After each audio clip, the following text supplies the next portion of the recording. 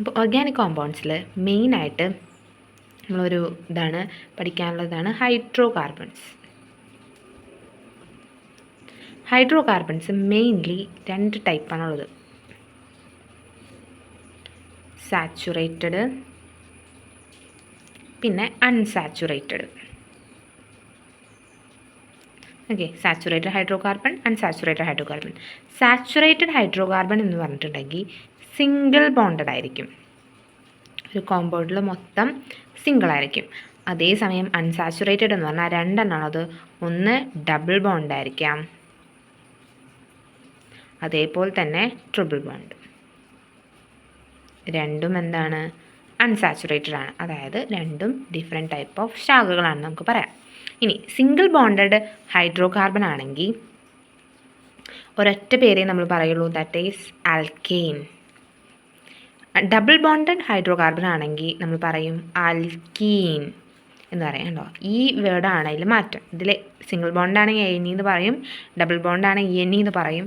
ഇനി ട്രിപ്പിൾ ബോണ്ടാണെങ്കിൽ നമ്മൾ പറയാം ആൽക്കൈൻ എന്നാണ്. കേട്ടോ, YNE ആയത്. ഇതാണ് ഇതിലുള്ള മെയിൻ ആയിട്ടുള്ള വ്യത്യാസം എന്ന് പറയുന്നത്.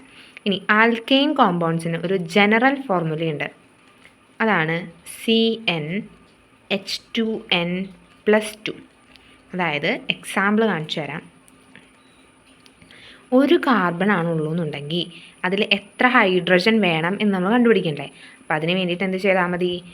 എന്നിൻ്റെ അവിടെ 1 ഇട്ട് കൊടുക്കുക. 2 × 1 + 2. അപ്പോൾ എത്രയാ? ഒരു കാർബണ് 4 ഹൈഡ്രജൻ. അതാണ് ആൽക്കെയിൻ്റെ ഫോർമുല. ഇനി ആൽക്കീൻ ആണെങ്കിലോ അതിൻ്റെ ജനറൽ ഫോർമുല എന്ന് പറയുന്നത് CnH2n മാത്രമേ ഉള്ളൂ. ഇനി ആൽക്കൈൻ ആണെങ്കിലോ അതിൻ്റെ ജനറൽ ഫോർമുല എന്ന് പറയുമ്പോൾ CnH2n-2 ആണ്. Okay, H2n-2. ഇതാണ് അതിൻ്റെ ജനറൽ ഫോർമുല. ഓക്കെ, അപ്പോൾ ഇതിൻ്റെ എക്സാമ്പിൾ എന്തായിരിക്കും? ഇതിന് ഒരു കാർബൺ പോസിബിൾ അല്ല. അപ്പോൾ നമ്മൾ എക്സാമ്പിൾ നോക്കുമ്പോൾ 2 കാർബൺ മിനിമം എടുക്കണം. അപ്പോൾ H2n എന്ന് പറയുമ്പോൾ 2 × 2 ദാറ്റ് ഈസ് ഈക്വൽ ടു 4. ഇതാണ് അതിൻ്റെ വരിക. ഇനി ഇവിടെയോ 2 കാർബൺ ഉണ്ടെങ്കിൽ എത്ര ഹൈഡ്രജൻ വരണം? 2 × 2 - 2 ദാറ്റ് ഈസ് C2H2. മനസ്സിലായോ?